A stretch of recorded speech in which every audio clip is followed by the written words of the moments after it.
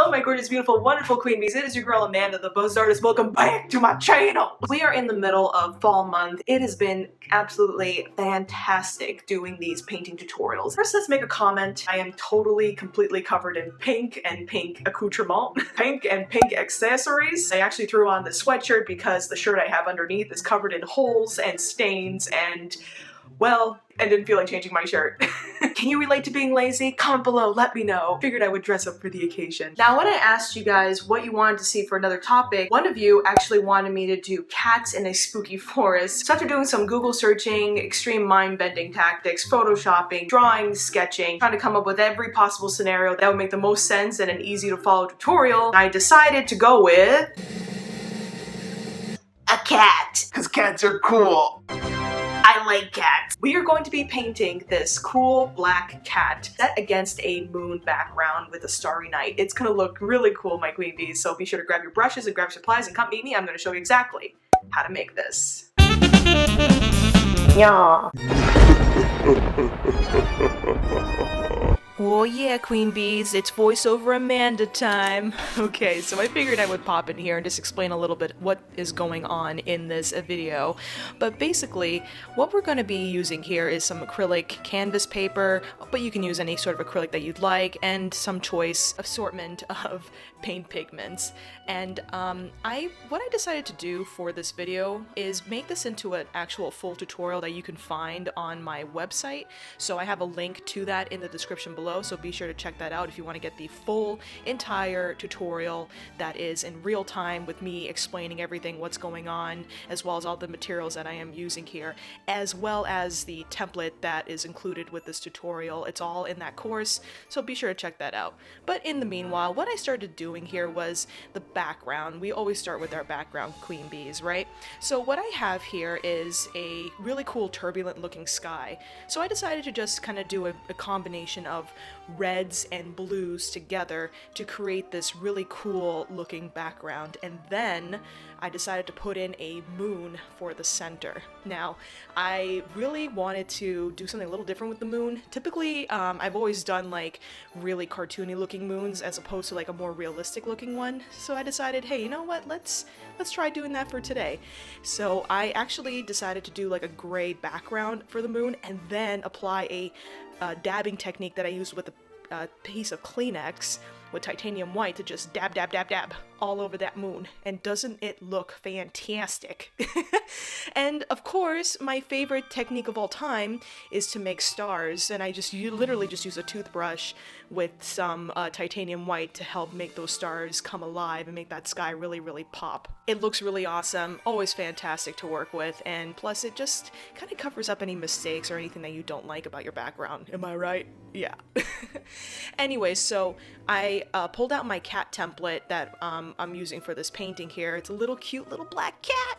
I love little black cats. They are just so freaking cute, and I don't know, they just are so like timid but also like really courageous little creatures, and I think they're just so adorable. And plus, you know, in terms of Halloween, they are like the mascots, right? Let's be real here.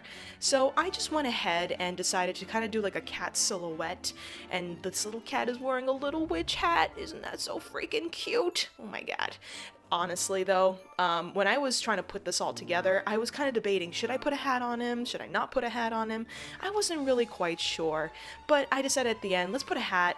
It really helps to create a nice composition for the entire piece. It really fills it out very nicely. And plus, it's freaking cute, so I can't deny that at all. Anyway, so I went ahead and also added in a little tail for a kitty, which I think came out very, very nice. And then I decided to give this cat nice bright green eyes because, well, I don't know, every time I see a black cat, I always find that they have the most translucent, like, eyes that just pop out of their sockets, and I just freaking live for it. You know, it's actually quite a shame that I'm such like I'm so allergic to cats, because otherwise I would definitely get a black cat. I think black cats are just so freaking cool. And I don't believe in any of that superstition nonsense, honestly. So anyways, using a detail round brush, I kind of went back in here and decided to just add some details to our black cat's fur and whiskers at the same time here.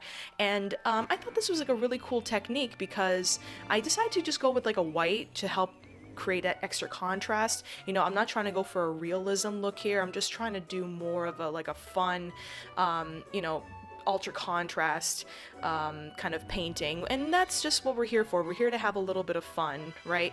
So I'm concentrating a lot of the white that I find on places of the tail and the backing that would be hidden or hit by the moon. So I'm kind of thinking about my highlights and my shadows here, trying to play along with that.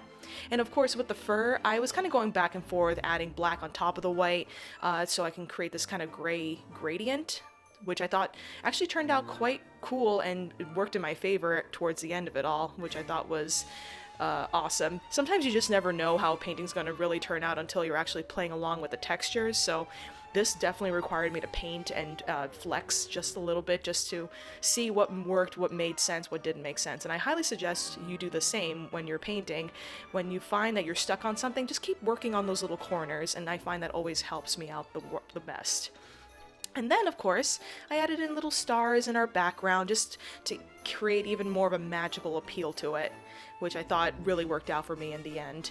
And then, as you can see, I actually went over the white fur that I just painted, and I just decided to do a sleek black line, or to do a sleek white line, and I thought that kind of worked a little bit better for this scene, and, well, as an end result, as you can see, I was actually really, really happy with how this turned out, so I can't complain at all about how this went. So, of course, if you want to see the full tutorial of this, like I said before, be sure to check out my link in the description below.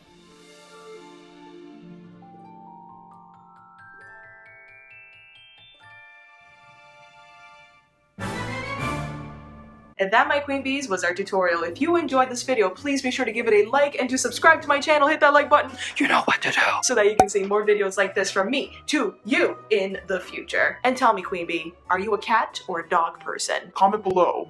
Respond wisely. Nah, just kidding. We'll still be friends if you say cat.